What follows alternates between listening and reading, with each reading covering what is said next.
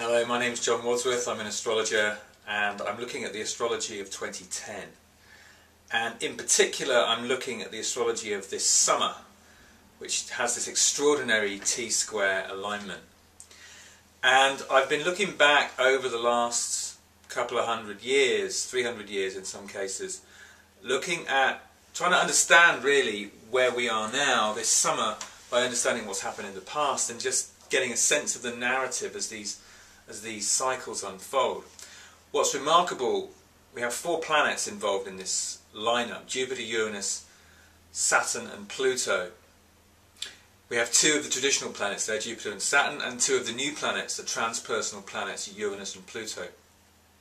The fact that we have all 4 lining up together makes this really rare and really special. We haven't experienced this for hundreds of years. But what we are getting, because of these 4 planets coming together, we're actually getting 6 planetary cycles. If we take 2 planets together, we've got 6 converging at one time. So Uranus and Pluto are making the square as part of the cycle that they make. Saturn and Pluto are making their square as part of that of their own cycle.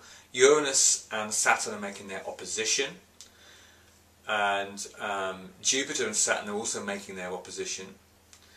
Jupiter and Pluto are making their square as part of their cycle, and Jupiter and Uranus making their conjunction. So here we have the 6 cycles. Now I've been focusing, in the workshops I've been running about the astrology of 2010, I've been focusing really on 4 of these cycles: Uranus, Pluto, Saturn, Uranus, Saturn, Pluto and Jupiter, Uranus. I've been focusing on those 4 particularly and looking at the story of those. So I just want to share a little bit of that with you now. If I take the main one, the longest cycle and the most powerful one is really with the 2 outer planets, that's Uranus and Pluto, that are making their square. And this is the first time that they have made a significant aspect since the 1960s, when they were conjunct in Virgo.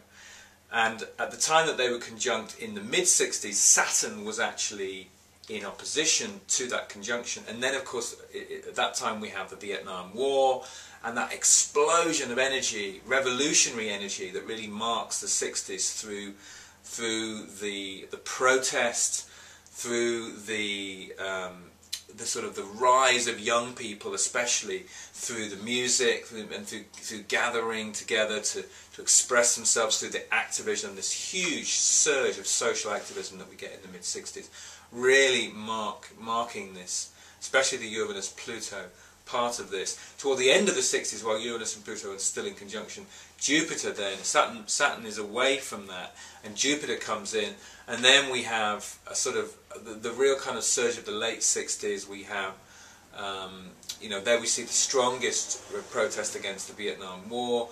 We get man landing on the moon in '69, we have Woodstock, we have the Stonewall riots, the first gay pride, all sorts of extraordinary things happen, major breakthroughs in women's rights, widespread use of the pill for the first time, the contraceptive pill, all these sort of really radical breakthroughs when Jupiter and Uranus and Pluto are together in that conjunction. If we look back over the Uranus-Pluto cycle, it's associated right away with revolutionary moves. We have it back in the 1790s with the French Revolution. We have it in the 1840s, 1850s. Let me just get the exact date on that. At that time, that's with the conjunction. That's where we get the founding of the US Constitution. And this is the peak of abolitionism as well in the USA. And the Romantic movement as well at the height of its influence. And really the birth of radical socialism. We have the Communist Manifesto is published by Marx and Engels during that time. So, and the beginning of the women's suffrage movement really as well at that time. So major kind of social, really deep-rooted social revolutionary change under the Uranus-Pluto. Now if we take the Uranus-Saturn, if we take that opposition, Uranus-Saturn, then we're looking at breakdown of order in a really kind of fundamental way, breaking down the way that that things have traditionally run. and the breaking down of walls. And there can't be a better example of that than the breaking down of the Berlin Wall in 1989, really sort of triggered by the perestroika, but Gorbachev coming to power in '88, the whole of perestroika, and then the coming down of the wall, when Neptune, Saturn and Uranus were all involved together in Capricorn. I think the tearing down of the wall, which has a real Neptune quality to it, you know, the movement of people, almost like a sea, to bring down this huge edifice that's so symbolic across Europe, the Iron Curtain, really collapses, disintegrates in a very Neptunian way. But a Saturn-Uranus conjunction at that time as well. So that's a very significant one. Then of course we have the opposition at the moment, and that's really been around. We're actually coming up to the 5th of those opposition aspects. For the first one that's being made in the cardinal, on the cardinal cross, across the Aries Libra axis, the other 4, because of the retrograde movements that Saturn and Uranus have been doing, the other 4 oppositions have been on the Pisces Virgo axis. But what have we seen? Obama's come to power right on that opposition. We've had the banking crisis, we've had the expenses scandals in the UK, the politicians' expenses scandals, all of that happening, very Saturn-Uranus, the breaking down of these old edifices, and more to come for sure as this all lines up this summer. We're really, I think, building to a crescendo of energy, and the Saturn-Uranus energy is really very much a part of that. Now if we take the Saturn-Pluto part of this, I think this is particularly interesting.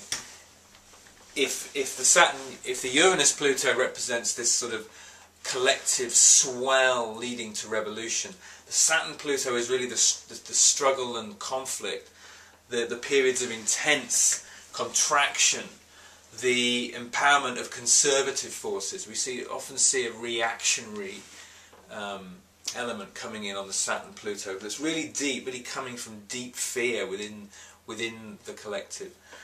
And also periods of intense determination, strong will, but it's also where that which is not sustainable is exposed.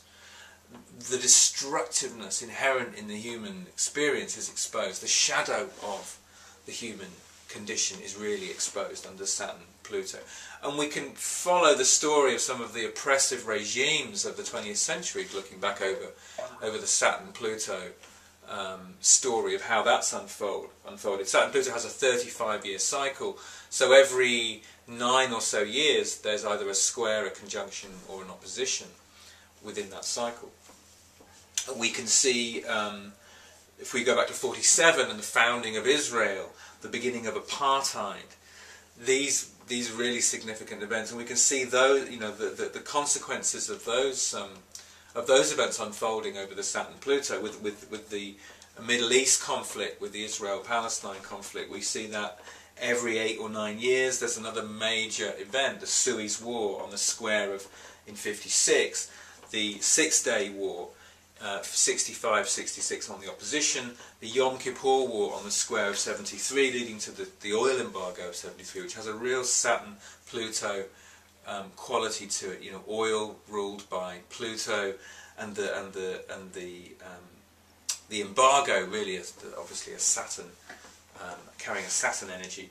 Then we get the invasion of Lebanon by Israel in '82, and then we have Bin Laden calls for jihad in '93 on the square, and the Taliban first comes to power. We have the first World Trade Center bombing on that square, and then of course in 2001 on the Saturn-Pluto opposition we have September the 11th attacks happening right bang on that Saturn-Pluto opposition, which happens right across the ascendant-descendant axis of the USA.